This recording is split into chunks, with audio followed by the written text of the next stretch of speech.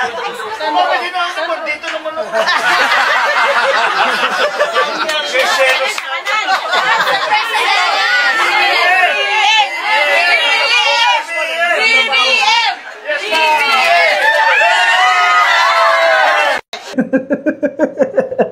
Ang cute ng video na yan, ka-coffee ha. Napanood nyo na ba yan? Oh, may sumagot sa likod na. Napanood nyo na. Naririnig yung audio natin ha. Nakakatuwa ito, ka-coffee, kasi indikasyon lang yan kung gaano kamahal ng ating mga kababayan itong ating presidente. Ang presidente sumasagot sa biro, bagamat napakasipag niyan, ikot-ikot kung saan-saan, trabaho dito, trabaho doon, meron pa rin time para mag-distress, mayroon pa rin time para makipag-banding, meron pa rin time para kumustahin yung mga kababayan natin. Tao ang presidente natin, hindi machine. Diba? Tao, may emosyon ang presidente natin. Yan ang kaibahan ng ating presidente sa mga previous administrations. May emosyon, may malasakit, may pagmamahal. At makikita mo kung anong klaseng tao si presidente sa video na yan.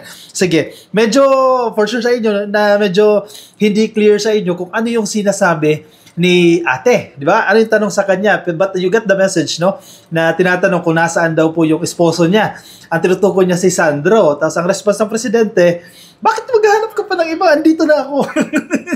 Di ba? Sige, pakinggan ulit natin, ka-coffee. Isa pa, pakinggan natin yan para mas clear ito sa atin, no? Tapos mamaya, syempre, pag-usapan din natin yung naging event dyan. Tapos mamaya pag-usapan din natin, no, yung naging event dyan sa Bacoor, Cavite. Dahil nandiyan tayo mismo, naimbitahan tayo mismo. Actually, privileged tayo, no, one of the 3 vloggers na nandiyan. At naimbitahan tayo dyan sa event na yan sa Bacoor, no. Sige, pakinggan muna natin, ka-coffee. Ito pang isang video na to. Nakakatuwa ito eh, no.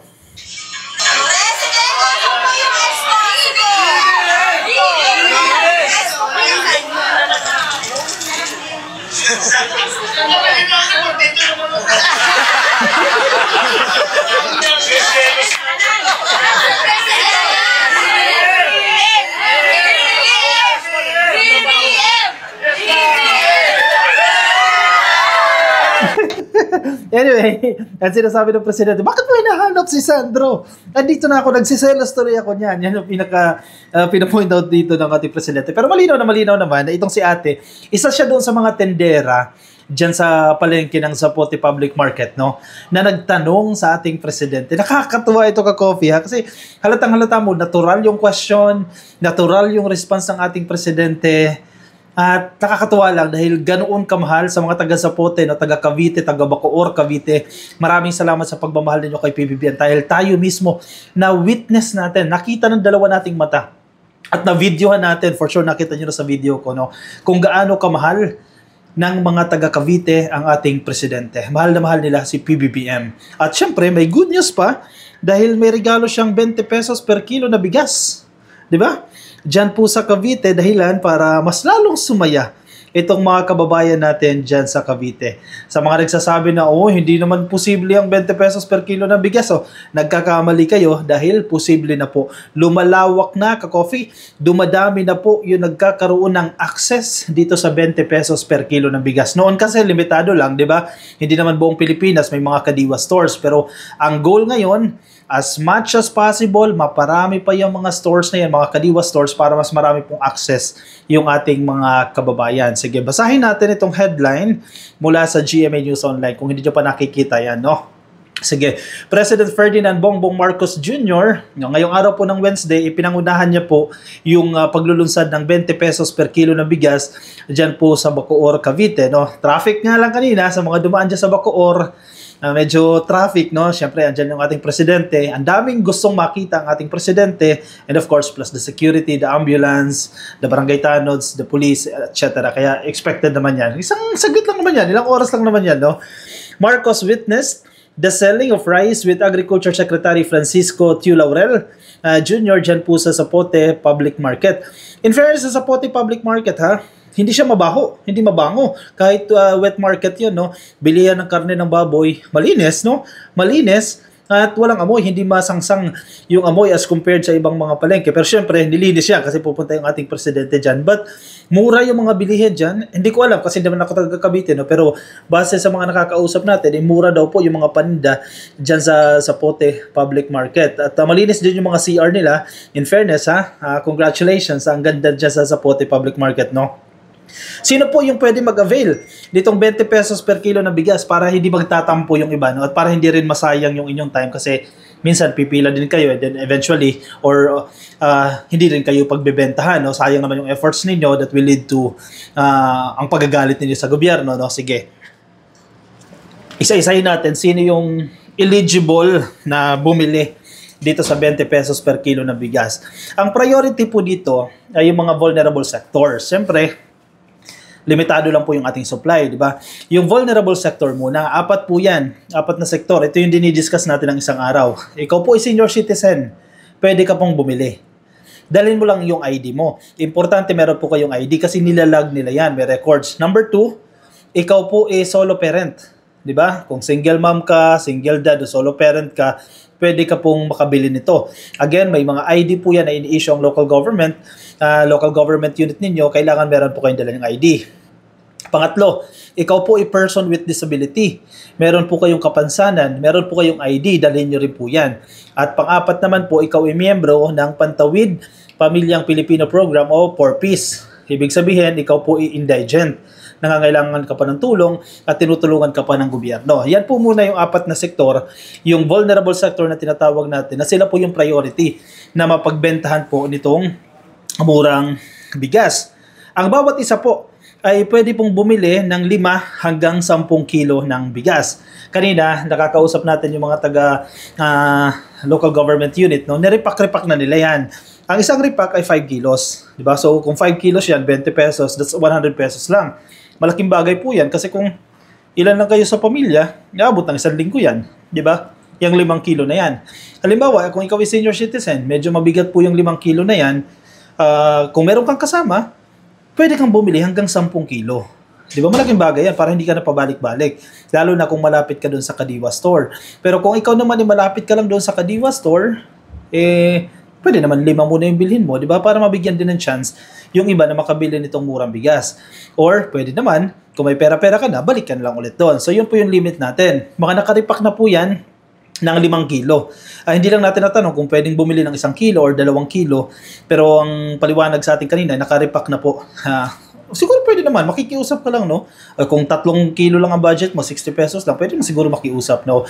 Pero ang paliwanag sa atin kanina, nakaripak-ripak na po yan ng 5 kilo hanggang 10 kilo po. A total of 500 sacks of rice na procure po o binili ng National Food Authority from local farmers were delivered through the Department of Agriculture's Kadiwa ng Pangulo outlet at the public market. Actually, kaya malungkot itong mga deals na iba kasi syempre pangarap lang yan ng ating presidente, no? Na lumawak itong Kadiwa. Marami na po itong nasisilbihan ngayon. Marami tayong kababayan nakikinabang na po dito sa Kadiwa. But again, hindi naman forever na isa-subsidize kasi definitely may subsidy ang gobyerno dyan. Kaya nga naging mura yan. Kaya tuloy-tuloy din po yung ginagawa ng ating gobyerno para in the long run, no, long-term solution, mapataas yung production cost natin, lalo sa pagtatanim ng palay, at mas mapababa yung presyo ng pagbili natin. Diba? Kasi mababa yung production cost, hindi mo siya ibebenta ng ganun kataas yung palay, no? But marami pang kailangan balansehin yan. Paano mo mapapababa yung production cost?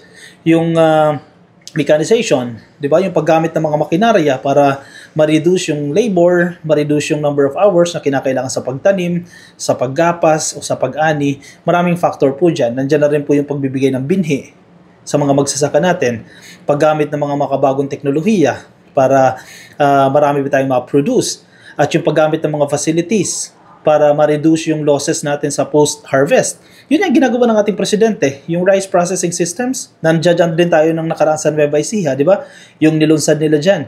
Yung rice processing systems 2, system 2. Yan ba yung mga dryer din sila, malaki makina na yan. Yung mga factor na yan, pag sama-samahin mo yan, malaki yung factor niyan, malaki yung maitutulong yan para mapataas natin yung ating production ng bigas. Eventually, pag mataas yung ating production, magiging self-sufficient tayo, hindi tayo mag-aangkat, di ba? Slowly. Itong subsidy ng gobyerno para sa 20 pesos per kilo ng bigas, hindi yan forever. Yan po temporary lang po yan. Pero hindi ibig sabihin na andyan na yung subsidy na yan, andyan na yung temporary na yan, walang ginagawa for the long run. Hindi ganoon, ha? At nakikita natin yan kung anong ginagawa ng ating presidente. Basta para sa mga magsasaka, talagang all in. Kumbaga, itinataya na ng ating presidente ang kanyang pamato at pananggalang para po sa kapakanan ng ating mga magsasaka. No doubt yan. Sinusundan natin yan. The Department of Agriculture initially implemented the sale of rice at 20 pesos per kilo sa Visayas region po. Sabi ng DA, ang gusto po ni Pangulong Bongbong Marcos na ma-implement na po yan sa buong bansa in the long run.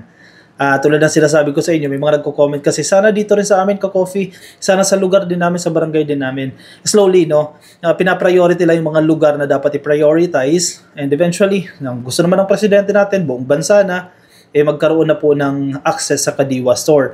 The second phase, which will commence this month, will be in Mindanao region. The rice sold in Kadiwa centers is subsidized by the government through the Food Terminal Incorporated. The DA is aiming to sustain the program until the end of Marcos's term in 2028, potentially covering up to 15 million households or approximately 60 million Filipinos. Actually, si Presidente, commitment niya na yan. Sabi niya, watch and learn. Watch and learn ba yung term niya dyan? Kasi may mga duda sa kanya, no? Ang sinasabi sa kanya, nako, hindi magagawa yan. Yung 20 pesos per kilo ng bigas, yan yung mga doubts sa kanya eh. Oh, watch and see. Watch and see ba yung term niya? Watch and learn. Parang ganun yung kanyang termino na, tingnan mo, panoorin mo ako kung paano ko gagawin yan. Diba? Yan yung political will. At magugulat ka na lang, ginagawa niya. Diba? O, dami niyang duda, pinapatunayan niya na lang, ito na, ginagawa ko na. So hanggang 2028 yan, promise na ng ating presidente hanggang 2028, hanggang matapos na ang kanyang termino. Actually, tapos na ngayon kanyang termino, December, yung halimbawa, MRT, LRT, hanggang December 2028, tapos na yung kanyang termino. Sana lang, yung susunod na magiging presidente, kung sino man yan, ay ipagpatuloy itong magagandang ginagawa ng ating presidente. Napakaraming magandang ginagawa. Yung mga DDS bulag lang, yung mga bashers bulag lang kayo, hindi nyo lang matanggap na ganito kagaling yung ating presidente. Sana magbago-bago din kayo ng isip, di ba? Adjust nyo rin yung kokote ninyo, hindi yung puro kayo bashing. Ang daming ebidensya. Sasabihin nyo walang ginagawa ang presidente, napakaraming ebidensya. Kami mismo, kami mga vloggers, kami mga content creators na sumusunod sa presidente, napapagod na rin kami. Kakasunod, kakaikot, maya-maya susulpot sa ganitong probinsya, maya-maya nandiyan ang presidente, kaliwat kanan, nagtatrabaho. Kaya sa mga nagsasabing walang ginagawa, fake news po yan. Ay nako, siya sige, mamatay kayo sa inggit, ika nga. Basta ang presidente tuloy-tuloy lang sa kanyang trabaho. O siya sige, yung mga nasa Facebook, invite ko kayo ha, manood po kayo ng Salamat PBBM Podcast. Mamaya po yan, Wednesday, Salamat PBBM Podcast, alas 6 po ng hapon hanggang alas 7:30 ng hapon. Every Wednesday po yan, Salamat PBBM Podcast. Punta po kayo sa Facebook, i-search nyo lang ang Salamat PBBM or punta kayo sa page ko sa ka-coffee, sinishare din po natin yan. Kasama po natin si Palerista TV, si I Am Dizon, of course, ang kasama rin natin sa grupo, no? Si Mark Ian Everyday, pwede nyo rin pong i-check sa kanyang Facebook, no? Mark Ian Everyday, i-follow nyo na din po yung kanyang page. Si 31 Million Movement, kasama din po natin sa ating programa na ito. I-follow nyo na din po yung kanyang page. O siya, sige, yung mga nasa Facebook, please like and follow, YouTube, subscribe, TikTok, subscribe na rin po kayo. Kita-kits tayo mamaya ha, alas 6 po ng hapon sa Salamat PBBM Podcast. Bye-bye!